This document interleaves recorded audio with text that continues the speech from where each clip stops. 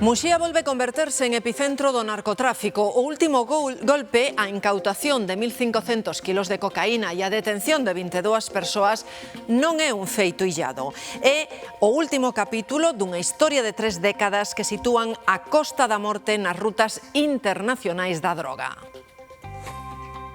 Muxía estreouse na crónica negra a comezos dos 90 con este alixo de haxís, un golpe que supuso casi un século de cárcere para os clans da comarca. 17 anos despois, as mafias cambiaron de sustancia. En 2009, na praia da Arnela, frustrouse a descarga de 3 toneladas de cocaína.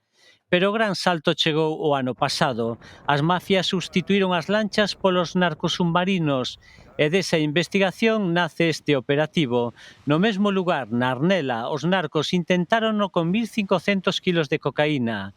Fracasaron, hai máis de 20 detidos, entre eles un garda civil que estivera destinado en postos da comarca.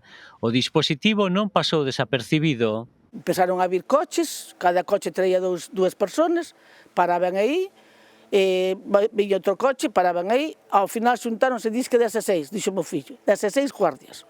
Os expertos dan a voz de alarma. Porque temos máis droga que nunca, máis violencia e, unha cousa importante, menos medios para as forzas de seguridade. E advirten sobre o conflito que se ven coa entrada de grupos estranxeiros e como van resolver a loita polo territorio cos clans locais. Se eso se consolida, que é o que estamos vendo, vaise resolver a tiros. Detrás desta operación podería estar unha organización internacional liderada por un narco da Arousa, o que confirmaría o interese das mafias do sur nestes enclaves da Costa da Morte, con praias máis agochadas e menos vixilancia.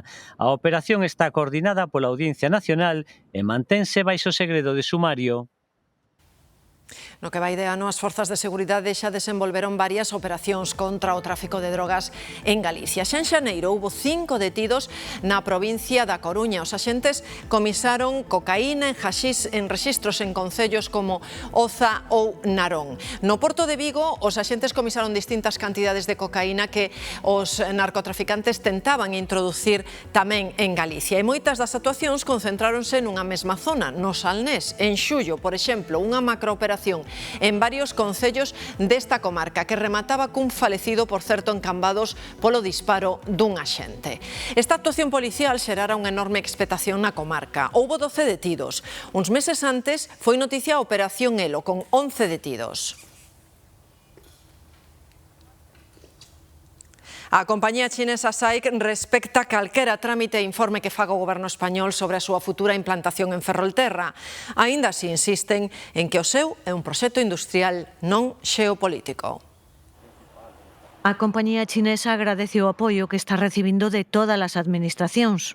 Estamos todos a una, que es sacar adelante el proyecto. E insisto, transparencia total por parte de la marca de MG de SAIC y, por supuesto, entendemos cualquier tipo de análisis que requiera sobre la seguridad del país de España. Por supuesto, lo entendemos y lo aceptamos. Refírese ao informe de defensa incluído no expediente en que expresa a súa preocupación pola proximidade da futura planta ao arsenal militar e os estaleiros de Navantia. Apunta a posibilidade de que os chineses poidan espiar infraestructuras tan estratégicas. SAIC deféndese. Por supuesto, este proyecto industrial va a respetar la integridad y la seguridad nacional del territorio español. Es un proyecto industrial, no es un proyecto geopolítico, es un proyecto de fabricación de vehículos. Os expertos aclaran que estes informes son habituais. Un tema menor forma parte do procedimento normal de tramitación dunha empresa estranxeira que se instala en España. E tamén sería normal, di, que o goberno central impoña á compañía certas medidas. Os gobernos de outros países, de Francia e sobre todo de Holanda, impuxeron medidas de cautela a esas empresas chinesas na instalación no seu territorio. E por iso non entende a polémica. Algún interese oculto detrás de algún grupo empresarial contrario, non sei por que sae agora. Creo que non pode ser unha casualidade. Non é casualidade, cree o alcalde de Ferrol, que El País e El Mundo publicasen o asunto en portada o mesmo día. Son filtracións interesadas. Foi SAIC MG quen elexiu Galicia e quen elexiu Ferrol por algunhas cousas que nos fan únicos. E entre elas está precisamente a ubicación do seu porto e o acceso a provedores. Este proxecto é viable, este proxecto vai a xerar miles de empregos e significará un antes e un despois para Ferrol e un antes e un despois para Galicia. É que a empresa prevé fabricar en Galicia 120.000 coches cada ano. Acaba de declararse alerta por escaseza de auga en 32 concellos galegos. Son Baiona e os que se abastecen dos ríos Lez e Anllóns. Se o nivel da auga segue baixando, non se descartan mesmo cortes, Alejandro, na suministración. Sí, Marta, son zonas que xa estaban en prealerta e que agora soben de chanzo. Isto que significa? Pois o que eran recomendacións agora son prohibicións. Por exemplo, quedan totalmente prohibidos os baldeos das rúas, tamén encher piscinas privadas, regar os xardíns ou tamén lavar os coches na rúa. E tamén, como ti ben indicabas, pois se a situación o require pode haber cortes puntuais de auga. Unhas medidas que se toman despois de constatar unha baixada nos caudais nos últimos 2 meses. Ademais, tamén, tras esta xuntanza, declarouse a prealerta nas vacías do Tambre e Ría de Muros, tamén no Río Grande, o Río Mendo e a Ría de Betanzos e os ríos Landro e Ouro, que afecta a un total de 59 concellos. Visto que o tempo non cambia, a Oficina Técnica da Seca decidiu aumentar o nivel de alerta nas áreas que se abastecen do Lérez en Pontevedra e do Anllóns na costa coruñesa, que xa levaban un mes en prealerta polo baixo caudal deses ríos. Sí que se ve que descendeu a agua. Claro, al non chover é o problema que hai. Por iso se decretaron medidas equivalentes en Baiona, onde hai tempo que preocupa o baixísimo nivel da presa de Baíñas. É un coro pequeno que non ten un suficiente embalse para superar, como diríamos, estes 5 meses. Pois do pueblo que é po pueblo, a agua chéganos, pero en verán aquí hai moita xente. Tanto en Baiona como nos concellos que estaban en prealerta xa tomaran medidas para limitar o uso. Unhas medidas que agora son obrigatorias e, polo tanto, sancionables se se incumpren. Están avisando as piscinas, os riegos, na playa xa a teñen cerrada porque hai xente que se pasa. Decidimos cortar agua nas praias e prohibir o uso de baldeo, o uso de lavado de coches, todo isto está prohibido e puximos en valor as recomendacións. Pois habrá que medirse un poquinho na agua, non deixar o grifo aberto, o de sempre. A máis dos 31 concellos en alerta nestas 3 zonas, declarouse a prealerta noutras 4. A cunca do río Tambre e Ría de Muros, o río Grande en Camariñas, o Mendo e a Ría de Betanzos e a cunca do Landro e o Ouro. En xeral, a poboación afectada comprende que haxa que tomar medidas que nas zonas en alerta xa poderían chegar a cortes de auga puntuais. Lógicamente hai que ir pouco a pouco con el agua, etcétera, etcétera. Antes de que nos corten agua na casa, que teñamos restriccións. Con este tempo que estamos tendo, pois normal que nos digan de cuidar coa agua. De seguir así, en Baiona contan que en 2 semanas terían que conectarse á presa de Zamáns. Nestes momentos, estas que acabamos de contar son as zonas máis afectadas, pero fora delas, outros concellos toman medidas. Fixámonos en Esgos, por exemplo. Ali chegan esas medidas á ameaza. Ameazan con cortar a auga da traída se algún veciño non a usa correctamente. Queda prohibido regar, baldear, encher piscinas ou lavar o coche. Para controlar o consumo, dispoñen de contadores intelixentes. A ameaza lanzouse dende o Concello nas redes sociais. Sabemos cando se consume e os litros que consumen en cada momento. Sabemos se é por consumo propio do doméstico, se sabemos por que regan ou por unha avería. Dependendo deso, pois marca unha gráfica en picos ou lineal. Siga facendo prácticas, pois abusivas, pois ao final tendremos que abrir expedientes e tomar algún tipo de determinación contra eses veciños que non son solidarios co resto do concello. Dende hai unha semana xa se pode tramitar a axuda para a compra de coche eléctrico dentro do novo plan Autoplus. O aluvión de solicitudes foi tal que colapsou o portal web para a xestión telemática da axuda. Teñen dereito a esa axuda con carácter retroactivo os que mercaron un vehículo dende o 1 de xaneiro, pero non todos os eléctricos cumpren os requisitos que fan falta. Tramitar o novo plan Autoplus, o substituto do Moves, non é pan comido. Xa non se solicita a través das comunidades autónomas, senón que hai un único portal web estatal mediante o sistema telemático de xestión. Na primeira semana xa colapsou. Bueno, se abrió el plazo para tramitar las ayudas el día 4, bueno, pues pues el día 4 estábamos todos ahí esperando y se colapsó la página, es verdad. Solucionado este tranco inicial, hai queixas polas dificultades para facer a tramitación porque só poden facela os usuarios de vehículos incluídos na listaxe branca publicada polo Goberno. As marcas probablemente se viron un pouco sustas de tempo e non lanzaron todos os vehículos e mentras non se lancen o usuario non pode levar a cabo a solicitude. Porque as axudas son para os coches que cumpren cos 3Es. Eléctrico aplica a coches 100% eléctricos o híbridos enchufables de gran autonomía. Económico es por el importe del coche, ¿vale? Te darían la máxima cuantía en la ayuda si el coche pues cuesta 35.000 euros masiva. Y europeo te darían la máxima subvención si el coche se ensambla en Europa y si la batería pues se ensambla aquí en Europa tamén. O Autoplus estará en vigor ata finais do 2030 e presenta diferenzas co anterior, sobre todo porque xa non é obrigatorio desfacerse dun antigo. Os clientes piden, iso sí, que se axilice o cobro das axudas. Sobre un 30% das concedidas en Galicia aínda están sen aboar. Falamos de ano e medio, 2 anos, en algunhas comunidades incluso hasta 3 anos en poder recibir a axuda. Pois en Ourense esta mañá aprobaban un autobús semiautónomo e eléctrico. Está fabricado por unha empresa galega. Alberto, como foi a viaxe? Si o primeiro tocábanos explicar precisamente porque este autobús é semiautónomo e porque nun futuro se pode conducir de maneira autónoma, pero actualmente faino con condutor xa que tería que ter mapeada toda a zona por onde vai circular. Marchará para Alemania, para a cidade de Herford, e fixo as primeiras probas na súa propia empresa, en Gumbi, aquí no Polígono Industrial de San Cibrao de Arbiñas, en Ourense. Posteriormente no Parque Tecnolóxico e hoxe aquí no campus de Ourense. Temos conosco o director xeral de Gumbi, a Carlos Ribo, que nos vai explicar precisamente, Carlos, as características deste autobús. Moi ben, pois este autobús é un autobús 100% eléctrico, é o mesmo concepto de tecnoloxía que temos nos outros autobuses eléctricos da cidade de Ourense, simplemente de 10 metros, e a empresa cliente Imagri foi a que, con a nosa colaboración, integrou todo o sistema de cámaras e sistemas LIDAR para pasar a ser condución autónoma na cidade de Herford, en Alemanha.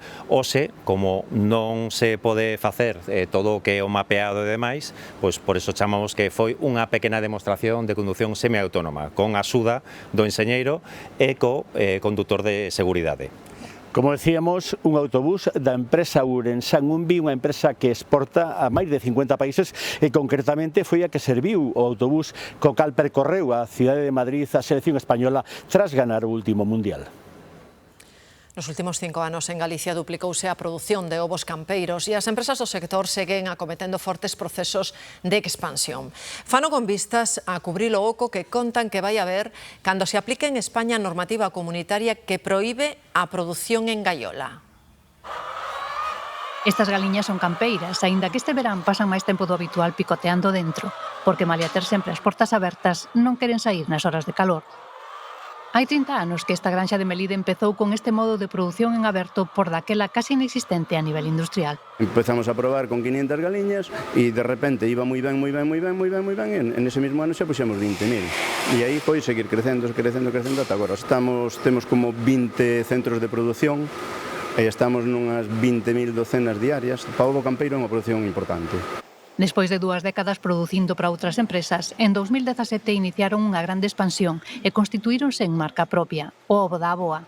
Iso supuxo tamén un forte cambio tecnolóxico, sobre todo no proceso de clasificación e envasado. Robotizamos totalmente o centro, aplicamos inteligencia artificial en todos os procesos de control de calidad. Incluso temos un aparato que fai unha ecografía a cada ovo para que ni siquiera unha mancha que leva por dentro, a veces que levan os ovos por dentro, ultrasonidos para recorrer a capa do ovo para que non leve fisuras ni microfisuras. O desta empresa é un exemplo do auxe que está a vivir a produción de ovo campeiro en Galicia, sobre todo nas terras de Melide e as comarcas lindeiras. Entre Arzúa, Boimorto, Palas, Melide, pois eu non quero exagerar, pero a mellor 1 millón de galiñas campeiras hai aí, nesa zona.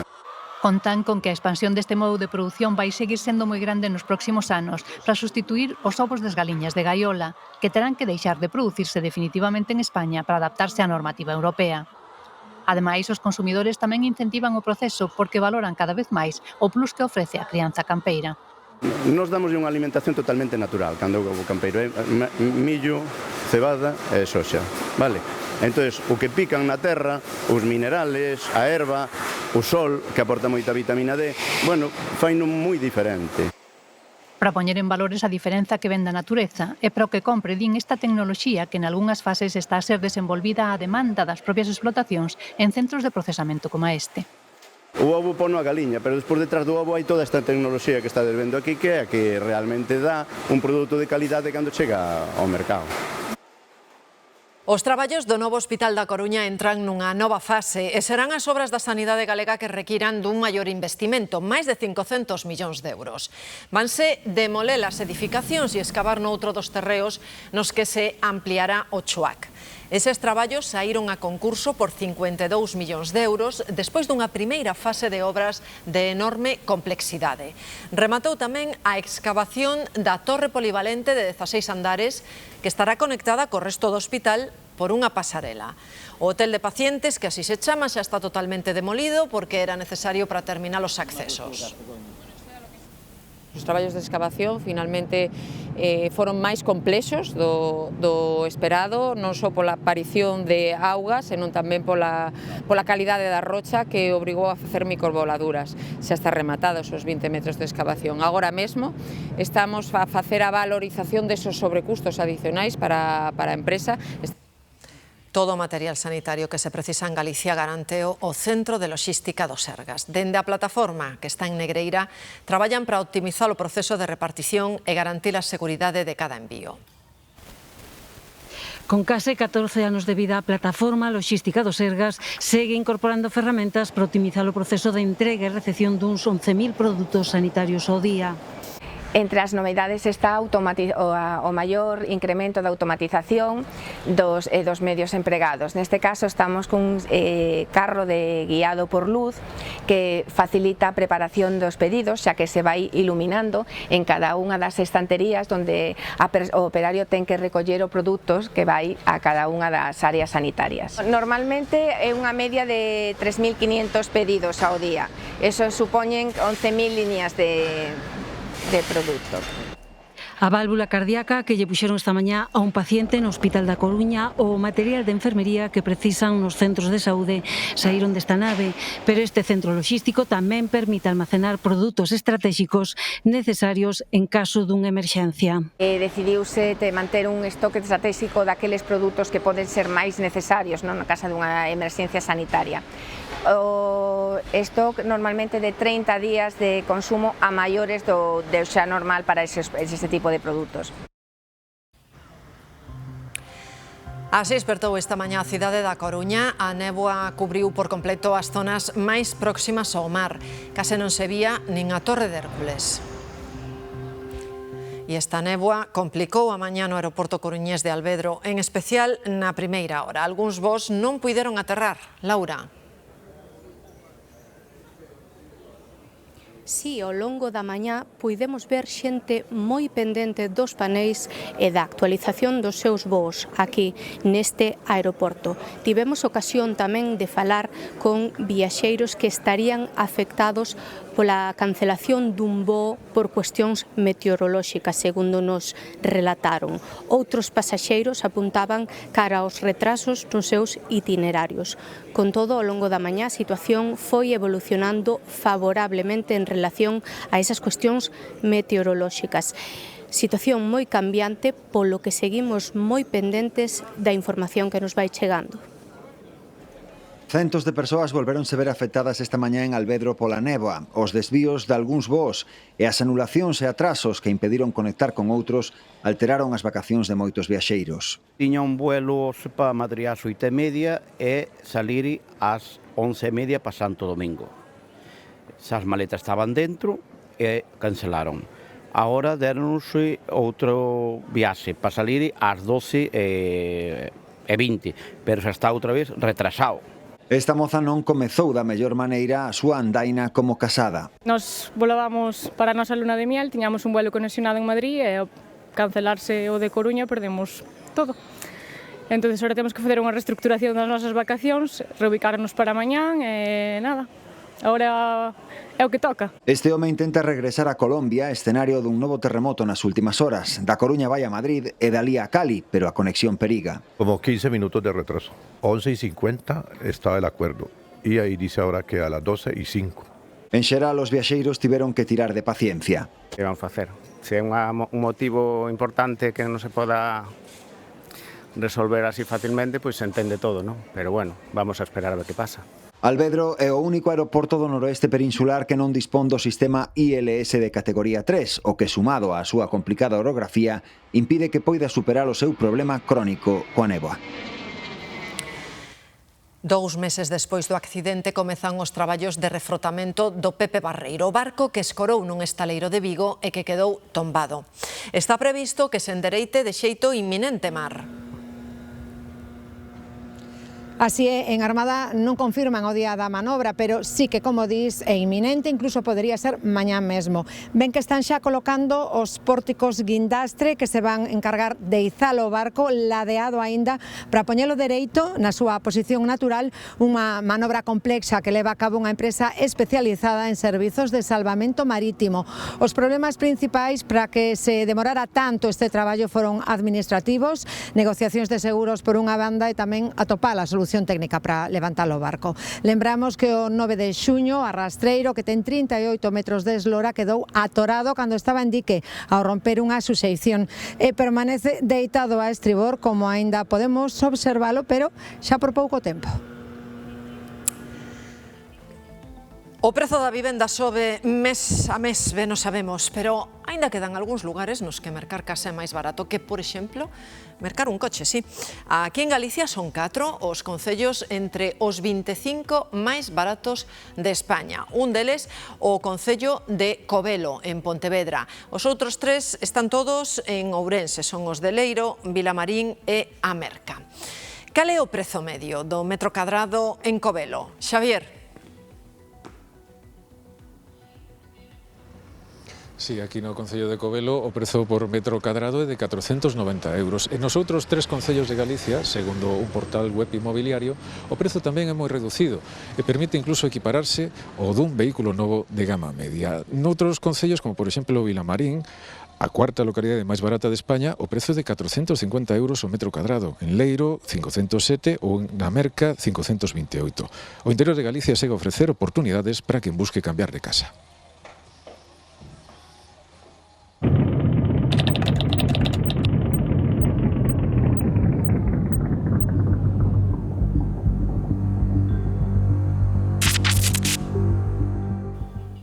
Quedan pouco máis de 24 horas para Eclipse. Imos profundizar un pouquiño máis sobre este acontecemento histórico que imos poder ver dende Galicia dun xeito privilexiado. A nosa comunidade é a porta de entrada da Eclipse de mañá.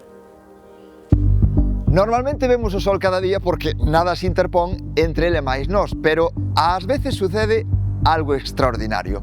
A lúa pasa exactamente entre o sol e a terra. Nese instante, o noso satélite natural bloquea total ou parcialmente a luz solar. É o que coñecemos como eclipse solar. A pesar do enorme tamaño do Sol, a combinación entre as distancias e os diámetros dos dous corpos fai que, dende a Terra, ambos parezan case do mesmo tamaño. É unha coincidencia astronómica fascinante, que permite que a Lúa poida ocultar por completo o disco solar durante uns minutos. A Lúa proxecta dúas zonas de sombra perfectamente diferenciadas. No centro aparece a umbra, é unha franxa relativamente estreita onde o Sol desaparece por completo. Ao redor desta esténdese a penumbra. Dende esa zona o Sol só queda parcialmente oculto, por iso, mentres unhas persoas viven unha eclipse total, outras situadas a apenas uns kilómetros observan tan só unha eclipse parcial.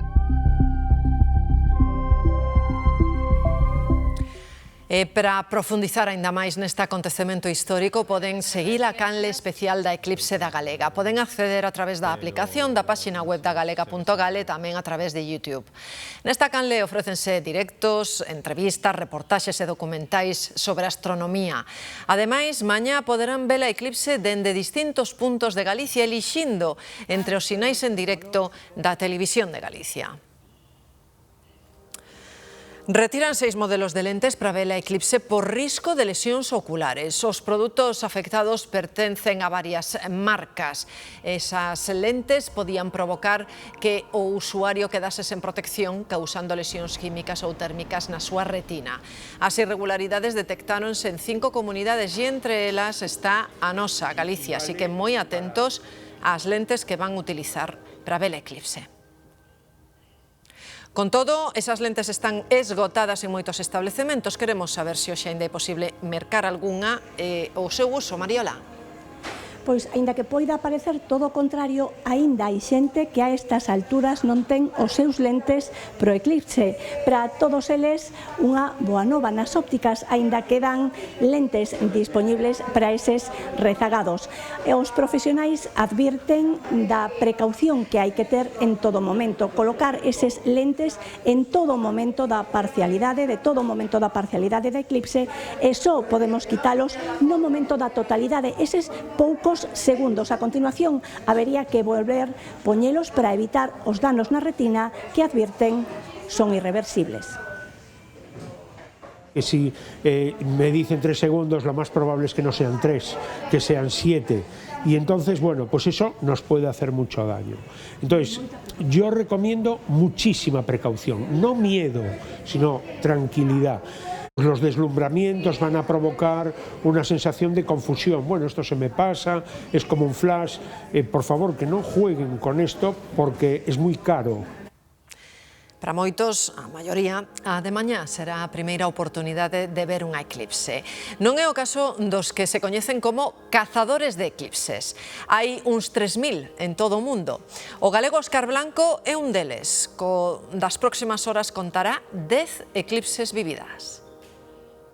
Nas vilas e cidades vaise vivir algo moi intenso, con moita xente vai gritar, vai exclamar un pouco, non, ou sacar de fora, non, para fora esa emoción, pero se estamos nun sitio máis tranquilo, un lugar como este onde estou agora mesmo, onde non habería moita xente, seguramente teríamos unha percepción un pouco diferente e moi atractiva tamén, non?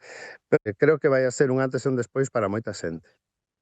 E a NASA aluga unha pequena vila de Burgos para retransmitir a eclipse solar. Tras buscar durante un ano, escolleu Villalibado, unha pequena vila restaurada por un empresario tras décadas de abandono. Aquí a xencia instalou 4 telescopios de gran potencia xunto a unha igrexa románica. Retransmitirán en directo a eclipse total a uns 10 millóns de persoas en todo o mundo. Los que más saben de eclipses del mundo van controlando todos los eclipses y los van siguiendo por el mundo. Todos los telescopios para ver el sol con vistas diferentes. A las 8:27 de la tarde va a ser el eclipse, pues a esa hora esto es un balcón al ocaso.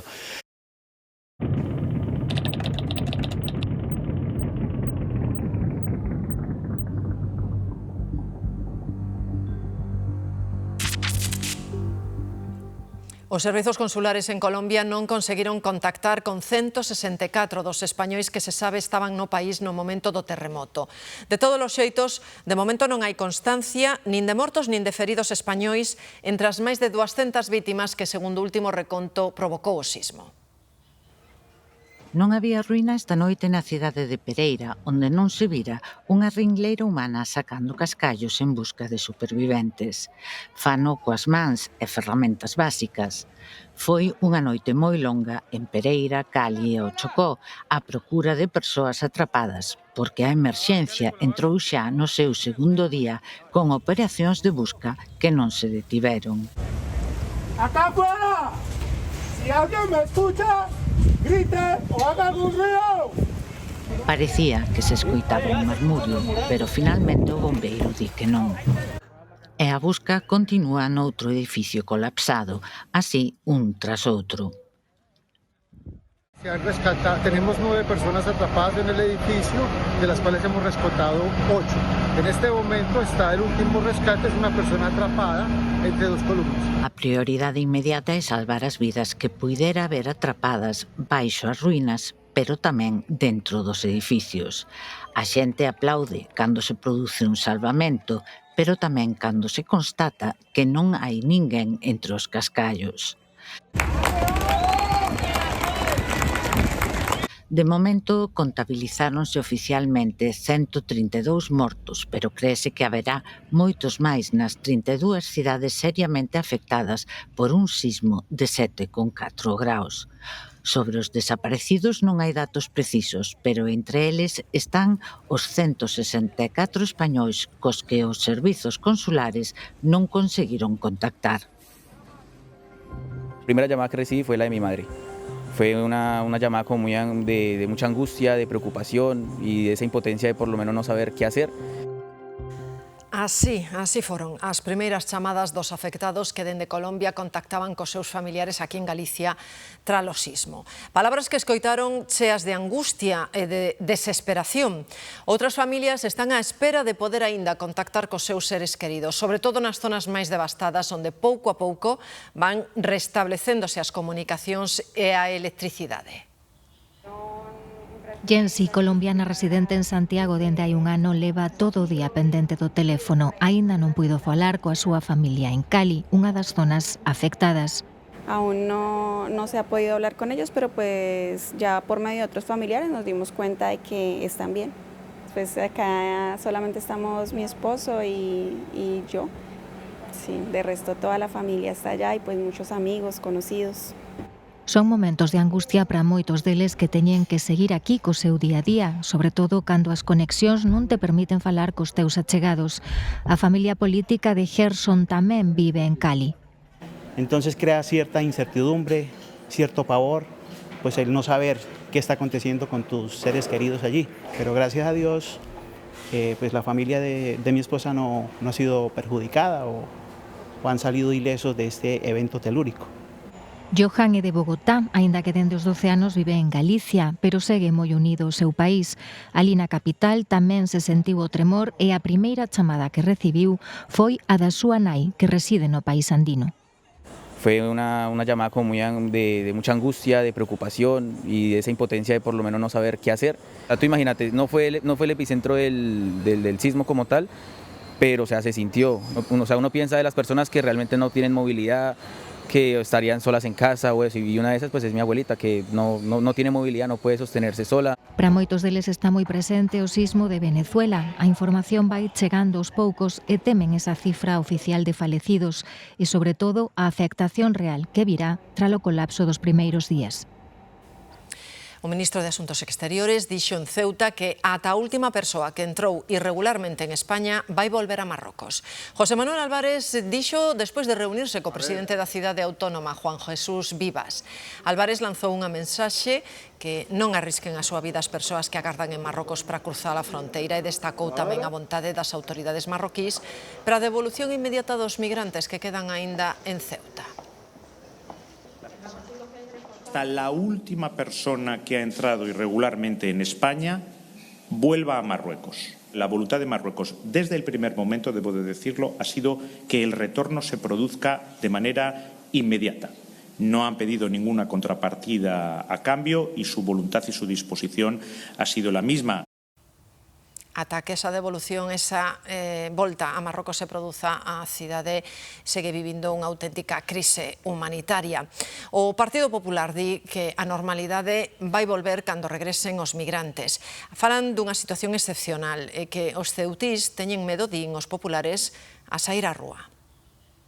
Son miles las personas que siguen deambulando por las calles. Son miles las personas que están acampando en playas. Son miles las personas que están tiradas por los suelos del polígono industrial del Tarajal en unas circunstancias y en una situación absolutamente lamentable. Y son también miles los ceutíes que a día de hoy tienen miedo de salir a la calle. As provincias de Huelva e de Huesca viven outra xornada complicada polos incendios. Tanto en Niebla como en Riglos os lumes seguen activos. Neste último, da provincia de Huesca, van queimadas 3.600 hectáreas e son 5 os núcleos de poboación evacuados. Nunha situación mellor está o lume que afecta a provincia de Segovia. Esta mañá puideron levantar as medidas de evacuación.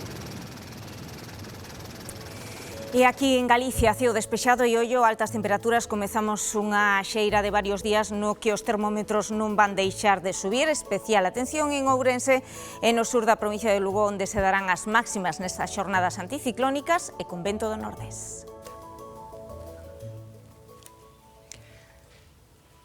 O pingüín africano está en perigo de extinción, por iso cada nacemento dunha nova cría se celebra como todo un acontecemento. Este naceu no sur da China e acaba de facer a súa primeira aparición en público. O pingüín mostrouse un pouco tímido ao tocar a auga por primeira vez, pero de seguido mostrou o seu talento innato para a natación. Con estas imaxes tan refrescantes marchamos. Teñan moi boa tarde. Vémonos mañá coa cita histórica, a Eclipse.